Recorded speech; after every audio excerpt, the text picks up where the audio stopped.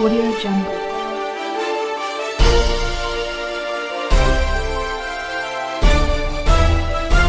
Audio Jungle. नमस्कार दोस्तों, आज हमारे बीच डॉक्टर नवीन सर हैं जो कि गोल्ड मेडलिस्ट हैं और बेगूसराय जिला से चलकर पटना में आए और शिक्षण का कार्य कर रहे हैं। अभी नेटोडम एकेडमी में सर फिजिक्स के टीचर हैं। सर की जुबानी खुद हम जानना चाहेंगे कि सर आपका बेगूसराय से पटना कैसे आना हुआ। जी नमस्कार सर। नमस्ते सर। सबसे पहले तो मैं आपके चैनल के माध्यम से अपने दर्शकों, जो कि आपके चैनल के दर्शक हैं जी, उनको नमस्कार करना चाहता हूं और आपके प्रति मैं अपनी आभार प्रकट करना चाहता हूं कि आपने इस साक्षात्कार के लिए मुझे चुना। अब मैं अपने बारे में आपको बताता हूं। आपने पूछा कि मैं बेगूसराय से पटना कैसे आया। सर। तो मैं बेगूसराय में मोहनपुर एक गांव है, बेगूसराय से 8 किलोमीटर उत्तर की ओर, उसी मोहनपुर का रहने वाला हूं। मोहनपुर गांव के हाई स्कूल में मेरी शिक्षा दीक्षा हुई। वहां से मैंने क्लास 10 पास किया फर्स्ट डिवीजन से। उसके बाद मैं बाहर निकलना चाहता था पढ़ने के लिए, +2 के लिए, लेकिन मेरे दादाजी स्वर्गीय मथुरा प्रसाद सिंह, जो खुद एक शिक्षक रहे हैं इंग्लिश के, तो उन्होंने मुझे बाहर नहीं निकलने दिया। इतना लगाव उनसे था कि वो मुझे बाहर नहीं निकलने दिए। बोले नहीं, घर पर रह करके पढ़ाई करनी है। तो मैंने वहीं बेगूसराय का एक प्रतिष्ठित GD कॉलेज है, वहाँ से मैंने ISC किया, BSc किया, MSc दरभंगा से मैंने किया डिपार्टमेंट ऑफ फिजिक्स से, और जो भी परीक्षाएं मैंने दी सब में मैं प्रथम श्रेणी में उत्तीर्ण हुआ। वाह, मतलब अच्छा सर जी। बहुत सुविधा नहीं मिलने के बावजूद भी मेरा रिजल्ट हमेशा शानदार रहा है। उसके बाद MSc करने के बाद मैं बैंकिंग का एग्जाम दे रहा था और आपको जानकर आश्चर्य होगा कि मैंने 11 बार बैंकिंग का रिटन क्वालिफाई किया, लेकिन इंटरव्यू में छट जाता था। चूंकि मैं ग्रामीण परिवेश से आया हुआ था और उस समय इंग्लिश का बोलबाला था और मैं बहुत अच्छी अंग्रेजी नहीं बोल पाता था, जबकि अंग्रेजी की अच्छी जानकारी मुझे थी। रेन एंड मार्टिन ग्रामर वगैरह मैं अच्छे से पढ़ा हुआ था 10-9 में ही, लेकिन मैं एक्सप्रेस नहीं कर पाता था और मैं बैंक में नहीं जा पाया। अच्छा। तब तक कोई एम नहीं था कि करना क्या है, इस तरह का कोई एम नहीं था। क्योंकि दादाजी की सेवा करनी थी और दादाजी कहीं जाने नहीं देते थे, इसलिए अपना ग्रेजुएशन किए, बैंकिंग वगैरह का एग्जाम देने लगे। दादाजी का देहांत हो गया। उसके बाद मुझे लगा कि अब मैं निकल सकता हूं। फिर क्या हुआ कि मेरे एक मित्र थे, उन्होंने बैंकिंग का एक कोचिंग खोला बेगूसराय में। जी सर। तो उन्होंने कहा कि आप बैंकिंग के कोचिंग में कुछ पढ़ाई लिखाई का काम करो, पढ़ाओ। तब मैं MSc कर रहा था संभवतः। अच्छा। तो बैंकिंग के कोचिंग में मैं मैथ्स पढ़ाने लगा। यूनिवर्सिटी से जाते? दरभंगा ललित नारायण मिथिला यूनिवर्सिटी से। जी सर। तो मैं वहाँ पढ़ाने लगा। पढ़ाने के क्रम में मुझे बहुत आनंद आया और मुझे लगा कि मेरे लिए यही काम है और मैं इसी के लिए बना हुआ आदमी हूँ। और तभी से मेरी इच्छा हो गई कि मुझे शिक्षक बनना है। इसी क्रम में मैं जो है सचदेवा न्यू PT कॉलेज का ब्रांच था बेगूसराय में, वहाँ मैं पढ़ाना शुरू किया। फिजिक्स पढ़ाता था। कुछ दिन में मैथमेटिक्स और फिजिक्स दोनों पढ़ाया। फिर जो है एक सेंट पॉल सेकेंडरी स्कूल था, वहाँ कुछ क्लास लेता था। इसी बीच में मेरी भेंट DAV के एक प्रिंसिपल हुआ करते थे, मुकेश कुमार। अच्छा। उनसे हुई। उन्होंने मुझे कहा कि आपको B.Ed करना चाहिए। तो मैंने B.Ed कर लिया और B.Ed करने के बाद मेरी दीदी बीमार थी और वो राजेश्वर हॉस्पिटल में भर्ती थी। मैं उसी क्रम में यहाँ आया था, पटना आया। तो न्यूज़पेपर में देखा कि ज्ञान निकेतन में एक वैकेंसी आई थी। जी सर। मैं ज्ञान निकेतन चला गया घूमते घूमते। अच्छा। और ज्ञान निकेतन में मुझे जॉब लग गया। तो तब से मैं पटना में हूँ। ज्ञान निकेतन के बाद रेडियंट में मैं इंचार्ज रहा हूँ और अभी नोटेडम स्कूल में हूँ। और इस क्रम में बहुत सारे बच्चों को फिजिक्स पढ़ाया और जो भी मैं हूँ अभी आप देख रहे हैं। सर आप बहुत जमीन से जुड़े रहे, इसके बाद शिक्षा के क्षेत्र में मैं देख रहा हूँ बहुत क्रांति मचा रहे हैं।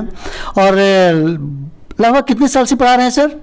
लगभग 17-18 वर्ष। 17-18 साल से सर पढ़ा रहे हैं।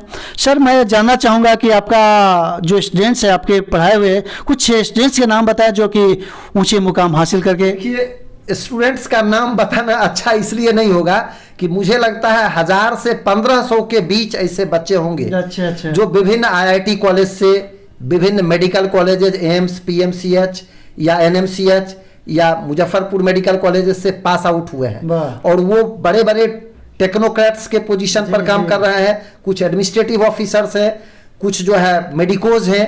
तो किसी एक दो का नाम लेने से मुझे ऐसा लगता है कि बच्चे दुखी हो जाएंगे कि मेरा नाम आपने क्यों नहीं लिया। इसलिए मैं किसी बच्चे का नाम नहीं लूंगा। लेकिन आप कहीं भी किसी भी क्षेत्र में जाएंगे, पटना में भी किसी भी हॉस्पिटल में जाएं आप, या किसी भी मेडिकल कॉलेज में, पटना में, भागलपुर में, दरभंगा में, मुजफ्फरपुर में जाएं, आपको कोई न कोई मेरा पढ़ाया हुआ बच्चा मिलेगा जो वहां पढ़ रहा है। किसी भी देश के बड़े से बड़े इंजीनियरिंग कॉलेज में, चाहे किसी भी IIT कॉलेज में चले जाए, NITs में चले जाए, वहां कोई न कोई मेरा बच्चा पढ़ रहा होगा। कभी कभार एक बच्चा तो ऐसा सुना रहा था मुझे कि वो और एक दूसरा बच्चा साथ साथ बैठा हुआ था और दोनों अलग अलग जगह पर मुझसे पढ़ा था जी सर। और दोनों की जो कॉपी लिखने की तौर तरीके थे, उसी से दोनों ने एक दूसरे को पहचान लिया कि ये नवीन सर का पढ़ाया हुआ है। क्योंकि मैं कॉपी लिखने का एक यूनिक तरीका बच्चों को बताता हूं और उसी से वो एक दूसरे को पहचान लिए थे। इसलिए मैं किसी खास बच्चे का नाम नहीं लूंगा। कुछ बच्चे पत्रकार वगैरह भी हैं जी, और कुछ तो, एक तो मेरा स्टूडेंट है जो अभी जिससे मैंने पढ़ाना शुरू किया था, वो एक पॉलिटेक्निक कॉलेज में प्रिंसिपल बना हुआ है, प्रिंसिपल हो गया। उसी के बाद से मैं पढ़ाना शुरू किया था जी। सर अभी कोविड-19 से भी अभी जूझ रहा है, लोग पूरे दुनिया तबाह है। इस ड्यूरिंग बच्चे को पढ़ाने के लिए आप क्या क्या किए? देखिए, शिक्षण का जो काम है यह वास्तव में काफी चैलेंजिंग वर्क है जी सर, और शिक्षक को हर चैलेंज स्वीकार करना चाहिए। मेरे दादाजी सुनाते थे कि देखो, जब किसी बच्चे से सब लोग हार जाता है तो उसकी माँ कहती है कि मेरा बच्चा अच्छा होगा जी, और जब उसकी माँ भी हार जाती है तो शिक्षक कहता है कि बच्चा मेरा अच्छा होगा। तो शिक्षक कभी निराश नहीं होता। हम लोग इस कोविड-19 में भी निराश नहीं हुए। हमने इसको नए चैलेंज के रूप में लिया और हम लोगों ने ऑनलाइन तरीके से पढ़ाई करवानी शुरू करी। जूम ऐप है, गूगल मीट है, कुछ हमारा पर्सनल ऐप है, उसके बाद जो है वेबएक्स है। इस विभिन्न तरीकों से जो है सो पढ़ाई हुई। अभी तो देखिए, इस कोविड के कारण कुछ ऐसे शैक्षणिक इंस्टीट्यूशन सामने आ गए, जैसे बायजूस है, अनअकैडमी है, जिनका हजारों करोड़ का बिजनेस हो गया। तो उन्होंने इस समस्या में भी अवसर को तलाशा, और वो ऐसा अवसर नहीं था जिससे दूसरे को नुकसान पहुंचे, दूसरों का मदद करके उन्होंने अवसर तलाशा। तो हम भी इस कोविड-19 में ऑनलाइन तरीके से पढ़ा रहे हैं। और पहले तो मान लीजिए कि पटना के बच्चों को पढ़ाते थे, अब बाहर के बच्चे भी कनेक्टेड हो रहे हैं, पढ़ रहे हैं। क्या नाम रखे हैं सर उसका? किसका? वो जिस साइट से आप पढ़ाते हैं? NWave classes. वाह, बहुत अच्छा। और पूरे मतलब समझिए कि इंडिया के बच्चे कहीं ना कहीं किसी न किसी रूप में जुड़ते हैं हमसे, हम पढ़ाते हैं और उसमें हम कोई खास फीस नहीं वसूल करते हैं। ऑनलाइन में जब भी हम पढ़ा रहे हैं तो जो जिसको मन हुआ दे दिया, ठीक है, नहीं दिया तो भी ठीक है। लेकिन हम बच्चों को अपना ज्ञान दे रहे हैं और चाहते हैं कि हमारे देश के बच्चे पढ़ें लिखें और हमारा देश विकसित राष्ट्र बने। बहुत अच्छा। सर का कहना है कि प्रॉब्लम तो आया, नो डाउट, पूरे दुनिया में प्रॉब्लम आया, तो इस विपरीत परिस्थिति में भी सर ने अपना अवसर निकाला और आज पटना नहीं, इंडिया के विभिन्न शहरों से भी बच्चे सर के साथ पढ़ रहे हैं। तो सर एक और मैं क्वेश्चन करना चाहूँगा कि इस कोविड-19 में सर शिक्षकों की स्थिति, बहुत सारे विद्यालय बंद हो गए, जो छोटे स्कूल थे बंद हो गए, जिनकी स्थिति बहुत खराब हो गई। शिक्षकों के बारे में आप कुछ कहना चाहते हैं, संदेश देना चाहते हैं? जी हाँ, यह तो बहुत ही दुखद स्थिति है जी सर। हमारे बहुत सारे शिक्षक मित्र हैं। मैं यूं कहूं कि पटना में कम से कम 5000 शिक्षक ऐसे होंगे जिन्हें मैं व्यक्तिगत रूप से जानता हूं। जी जी, यह एक बहुत बड़ी संख्या है और वो लोग भी हमें व्यक्तिगत रूप से जानते हैं और कभी न कभी किसी न किसी तरीके से मैं उन लोगों से बातें करता हूं। तो इस दरमियान कुछ स्कूलों को छोड़ करके, जो एफिलिएटेड स्कूल में भी कुछ स्कूल, जी जी, तो उन सारे स्कूलों के शिक्षक तो अच्छी स्थिति में रहे, जैसे मिशनरी स्कूल्स है या और भी इस तरह का कुछ स्कूल है। तो उन स्कूलों ने अपने शिक्षकों को वेतन दिया या उनका देखरेख किया। छोटे छोटे जो स्कूल हैं वो तो खुद ही डिस्टर्ब हो गए, जो नॉन एफिलिएटेड स्कूल हैं, तो उनके बारे में तो कुछ कहना नहीं है। न शिक्षक व्यवस्थित रह पाए, न उसके ओनर व्यवस्थित रह पाए, उसके व्यवस्थापक व्यवस्थित रह पाए। लेकिन जो पब्लिक स्कूल्स है उन्होंने अपने शिक्षकों का पूरा ध्यान नहीं रखा जी, जबकि मैं ठीक इसके विपरीत कर रहा हूं। मिशनरी स्कूल ने अपने शिक्षकों का पूरा ध्यान रखा, लेकिन ये अपने शिक्षकों का पूरा ध्यान नहीं रख पाए और बहुत सारे शिक्षकों को स्कूल से बाहर का रास्ता दिखा दिया। वो सारे शिक्षक कहीं कुछ करने की स्थिति में नहीं रह गए। और मैं बहुत सारे शिक्षकों को जानता हूं जो अभी मतलब हैंड टू माउथ हो चुके हैं। सरकार को उसके बारे में कुछ ना कुछ सोचना चाहिए और कुछ ऐसी व्यवस्था की जानी चाहिए ताकि शिक्षा को बचाने के लिए संघर्ष कर रहा जो शिक्षक समुदाय है उसकी सुरक्षा की जा सके, वो संरक्षित रह सके और उसका जीवन यापन हो सके। बहुत अच्छा सर। सर क्या दिली आवाज़ है कि इसमें सरकार को भी हस्तक्षेप करना चाहिए कि वैसे शिक्षक जो बहुत आर्थिक स्थिति खराब हो गई है उनको सरकार को भी इस पर ध्यान रखना चाहिए। सर एक और मैं कुछ बात करना चाहता हूँ। फिजिक्स आप पढ़ाते हैं, फिजिक्स एक हार्ड सब्जेक्ट है देखता हूँ मैं, और उसमें आप फिजिक्स को और आसान बनाने के लिए कुछ टिप्स अगर बताना चाहते हैं तो सर बताइए। जी बहुत अच्छा प्रश्न है, मैं तो इसी प्रश्न का इंतजार कर रहा था। आजकल क्या है, इस व्यावसायिक दौर में एक बहुत बड़ी समस्या हम शिक्षकों के सामने भी आ गई है और बच्चों के सामने भी आ गई है। और शिक्षक और बच्चों से ज़्यादा दिग्भ्रमित अभिभावक हो गए हैं। जी जी बहुत अच्छा बात कहा। अब मैं इस पर बात करना चाहता हूं। जैसे आप जिस किसी भी बच्चे से मिलिएगा या उसके अभिभावक से मिलिएगा तो वह बच्चा बताएगा या अभिभावक बताएगा कि मैं IIT के लिए फिजिक्स की तैयारी कर रहा हूं। जी। कोई बताएगा नीट के लिए फिजिक्स की तैयारी कर रहा हूं। आज तक मेरी समझ में ये बात नहीं आई कि नीट के लिए फिजिक्स, IIT के लिए फिजिक्स और +2 के लिए फिजिक्स क्या अलग अलग होता है। मेरा मानना है कि फिजिक्स फिजिक्स है। जी सर। अगर फिजिक्स आप समझ लेते हैं तो आप जिस किसी भी परीक्षा में बैठेंगे उन सारे परीक्षा में उसमें पूछे गए सारे प्रश्नों का जवाब देंगे। इसका मैं एक बेहतरीन एग्जाम्पल आपको देता हूं।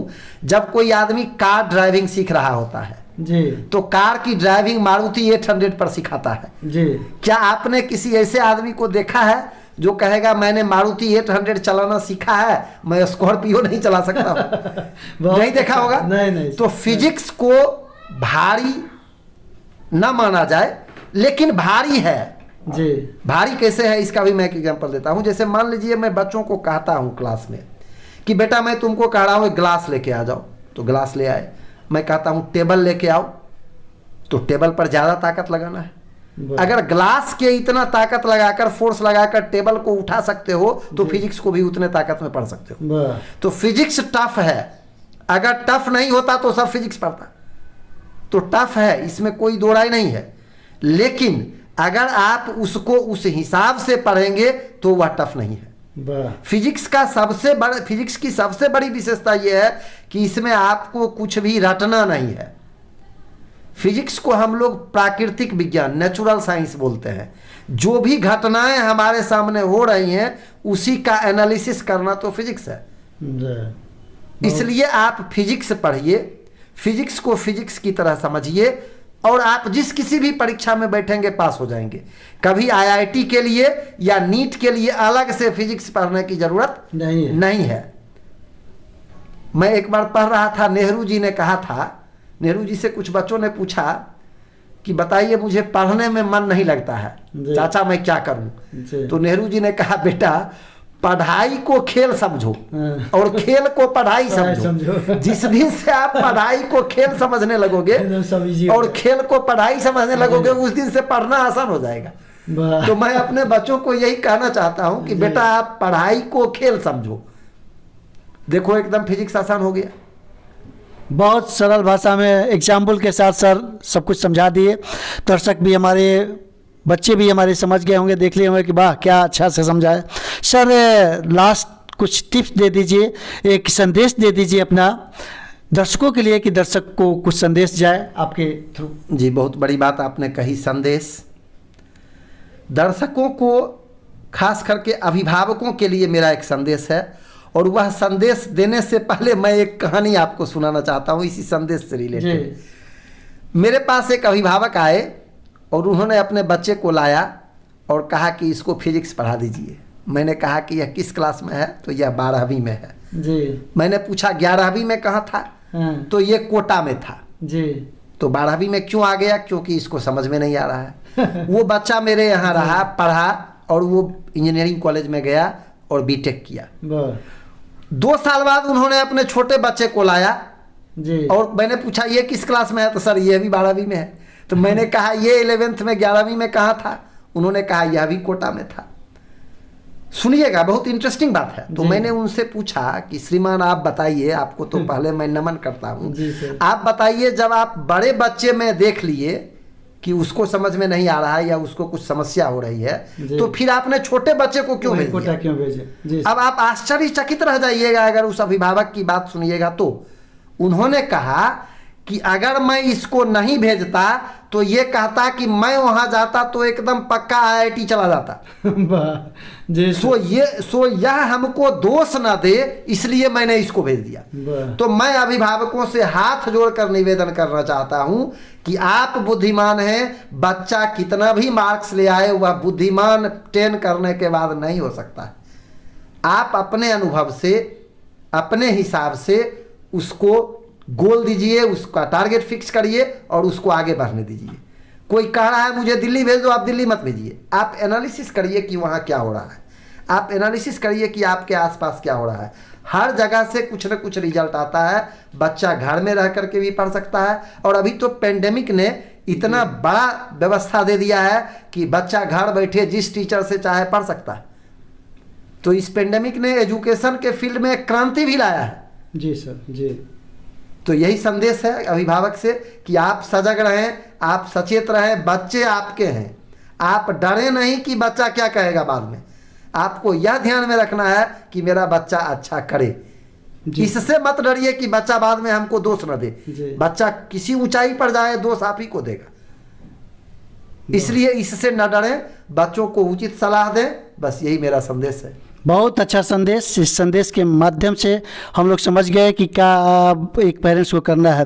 तो माता पिता और शिक्षक एक त्रिवेणी होते हैं, और तीनों का अगर कॉम्बिनेशन मिल गया तो बच्चा चांद पर भी जा सकता है, और जा भी रहा। तो ये थे डॉक्टर नवीन सर। बहुत खुशी हुई सर आपको मिलकर, आपसे मिलकर, और बहुत बहुत शुक्रिया। और बने रहे इस चैनल के साथ, और अगले कड़ी में फिर हम मिलते हैं अगले शिक्षाविद के साथ। तब तक के लिए सर आपको प्रणाम सर, बहुत बहुत।